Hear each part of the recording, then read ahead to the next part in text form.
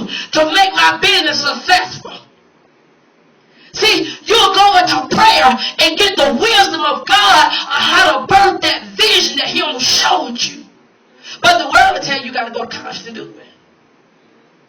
The world will tell you that in order, if you want to make 6 figures, you got to have this kind of job. And God said, I can use you making your mama's apple pie, the recipe she gave you. God said, I can use that to make you a millionaire. You ain't even went to no school. Why? Because the power of the spoken word. Because see, the world don't recognize Him. And you can say, God, draw people to me from the north, from the south, from the east to the west. That my product is in demand. That people are seeking me out for my services. People are calling me from the left and to the right. Why? Because I'm speaking the word of God. Because the favor of the Lord is upon me. See, because you understand the power of the spoken word. Because see, when you look at verse 11, it said, He came to that which was His own. Come on now. But His own did not receive Him. What am I saying, preacher? That even you know that vision that God done told you, that you got them family members, girl, you might as well hang it up because everybody in our family broke. Ain't nobody in our family gonna do that. Ain't nobody in our family gonna move out there. God said, but see, they didn't even recognize Him. His own brothers that he had the same moment they had, but they didn't even believe He was the Messiah. So what is God saying? That yes, some of your kinfolks, some of your family members, some of your aunts and your uncles, your brothers, your sisters, sometimes your mamas and your daddies ain't gonna believe what God told you to do. But you gotta understand, just because they don't believe it, don't mean God didn't say it. Because see, you understand the power of the spoken word.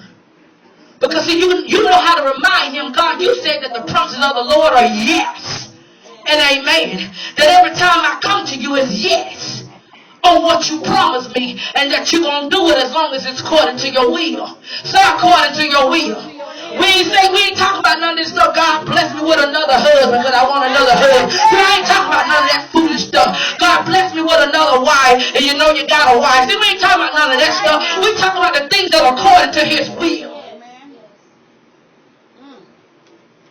See, because when you look at verse 12 and say, yet to all who receive Him, to those who believe in His name, He gave them the right to become children of God.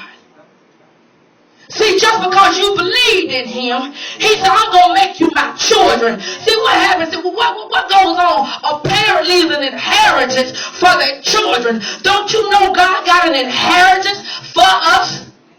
Because we believe and we trust Him and His word and we do what He told us to do.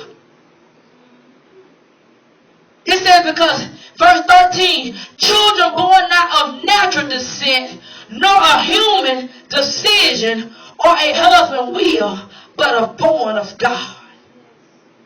Verse 14, it says, listen to this.